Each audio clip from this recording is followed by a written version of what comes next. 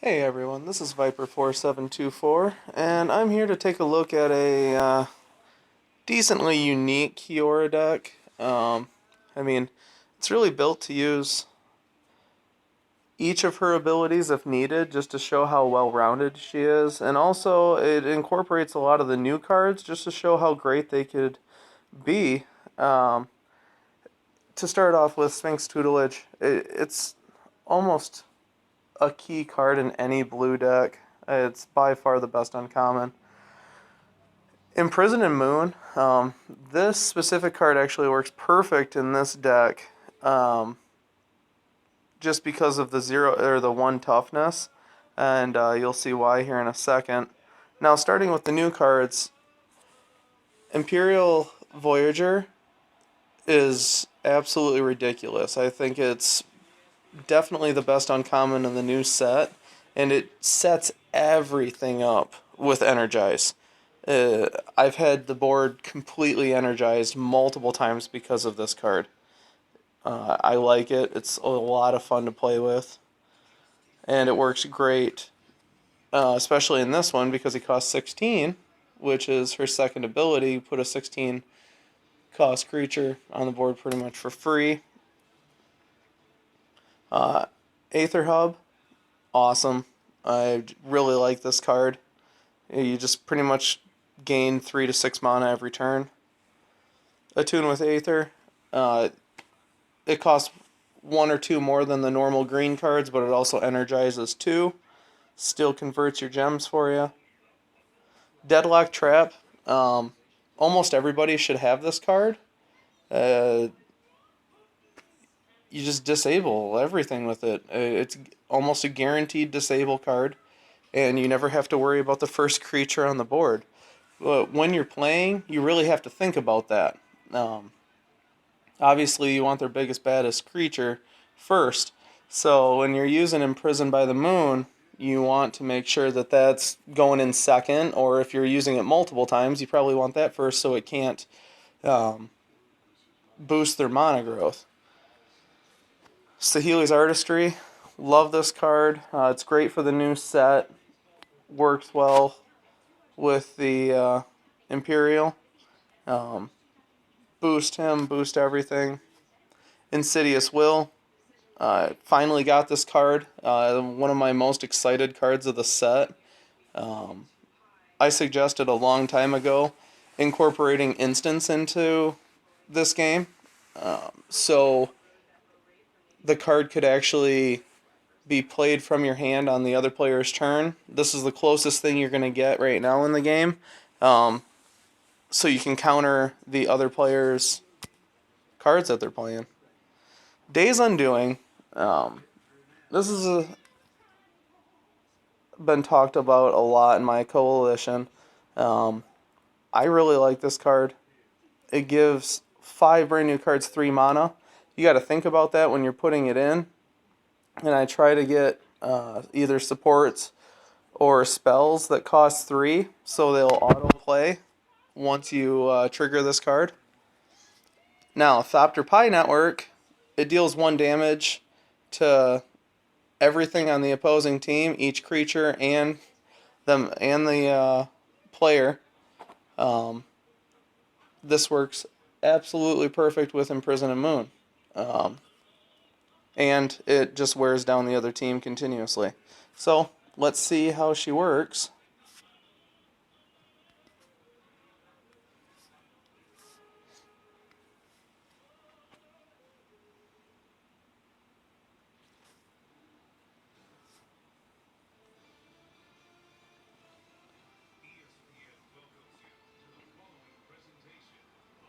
Now, this deck, it's not made to win every single time, but it definitely gives any deck a run for its money and slows it down and puts the right stuff in the right spots and kind of gives you an idea of what you can do without every single mythic in the set or whatever. I mean, the one mythic is the Pi Network, and I mean that was given out by the game to everyone, so hopefully you have it.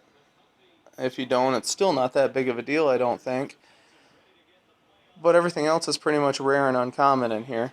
And just fun to play with.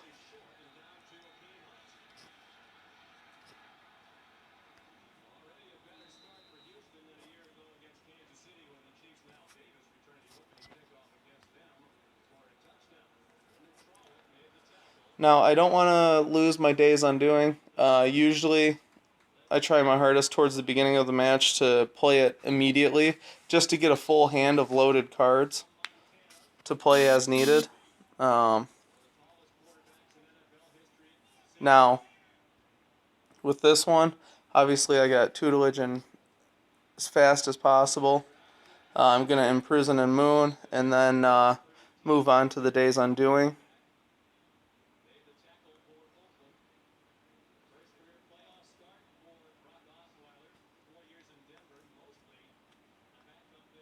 Continue to trigger the Sphinx's ability to discard and draw cards.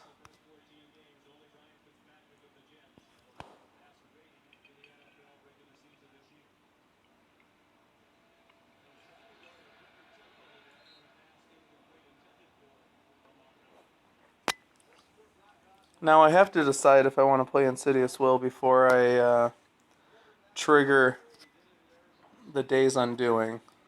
Now the thing of it is, right now I need 7 mana.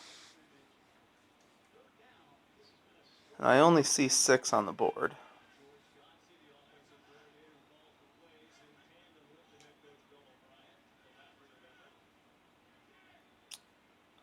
So I'm just going to hope for the best. And this is usually when I play something a little unorthodox.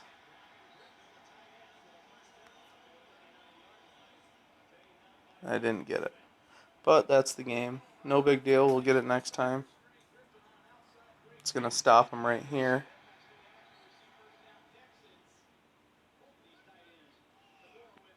Beautiful.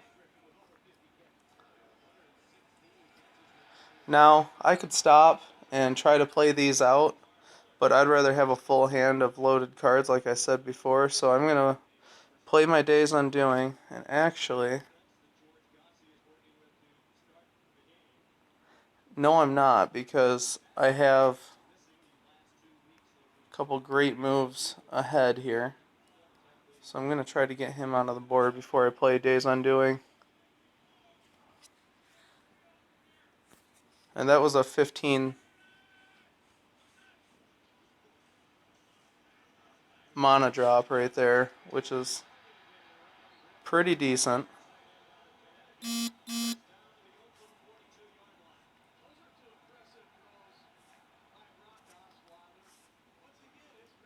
Now, it only is going to cost me 2 to play this.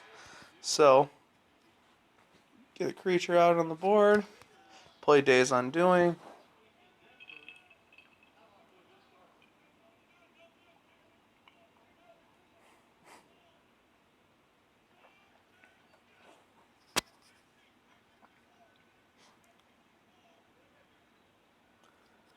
And get a lot of great cards in my hand. And as you can see, Deadlock Trap, auto cast because of the +3 mana, which was the goal. Insidious Will is going to be boosted in there. And honestly, I'm going to put the Thopter Pi Network ahead because I'm going to wait a couple turns for Imperial Voyager to get this board moving. Now, let's see what else we can find here.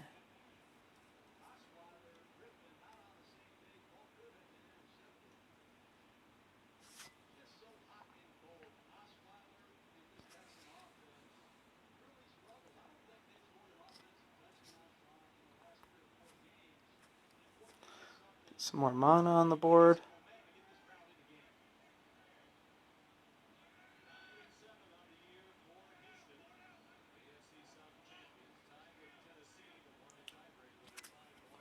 This is where the first ability comes in. Now, personally with Kiora, I see her first ability, or not her first ability, all of her abilities as just ultimate substitutes to many possible situations, and that's why she's the most expensive dual color planeswalker in the entire game. And she costs 950. She's almost never available. Um, and that's really because her abilities enable you to play any way you want to. You can play with a whole bunch of small cards and only use her first ability. You can play that single creature deck, which is so much fun, only use her second ability. You can play defense and just build so until you can throw the octopus in and play only her third ability, or you can play all of her abilities all in every single match. She's a lot of fun. By far the biggest or the most diversified planeswalker in the game. It's probably why I make the most videos with her, because I just like trying all different kinds of decks with her. As you can see, I'm about to start building here. My Thopter Pi network just did the 1 damage, which is great. Starting to chip away at Chandra's creatures here. Got rid of Imprisoned by Moon, which is the goal. Now, I'm going to get Saheeli's Artistry onto the Voyager as quickly as possible. And then the next Artistry is just going to be a major boost to everything.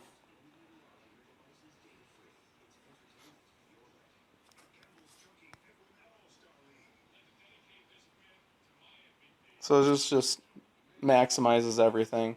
By the next turn, almost every single gem on the entire board is going to be energized. Uh, he's going to be disabled from now on. I know it took a little bit to get going. Definitely not as fast as I had hoped to show you. It definitely worked faster in other setup or in other matches, but you can definitely see where it goes and how powerful the deck can be.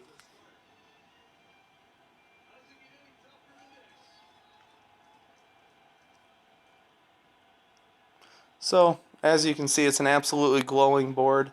He's disabled continuously and getting dealt damage at the same time. Now, I don't know why, but it is just very difficult for me to see the board with the snow on it and all the energized gems, and I'm decently young if you don't know. I don't have any great plays on the board, so have to go with this.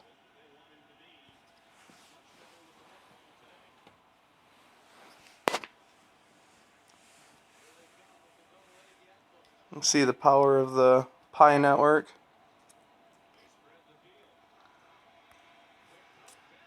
Sorry about Omni's language there. For any of our younger viewers, I definitely apologize. But it's definitely frustrating being in a top tier, not a top tier, but a decently good coalition and being one of the best players in that coalition and dropping a major battle.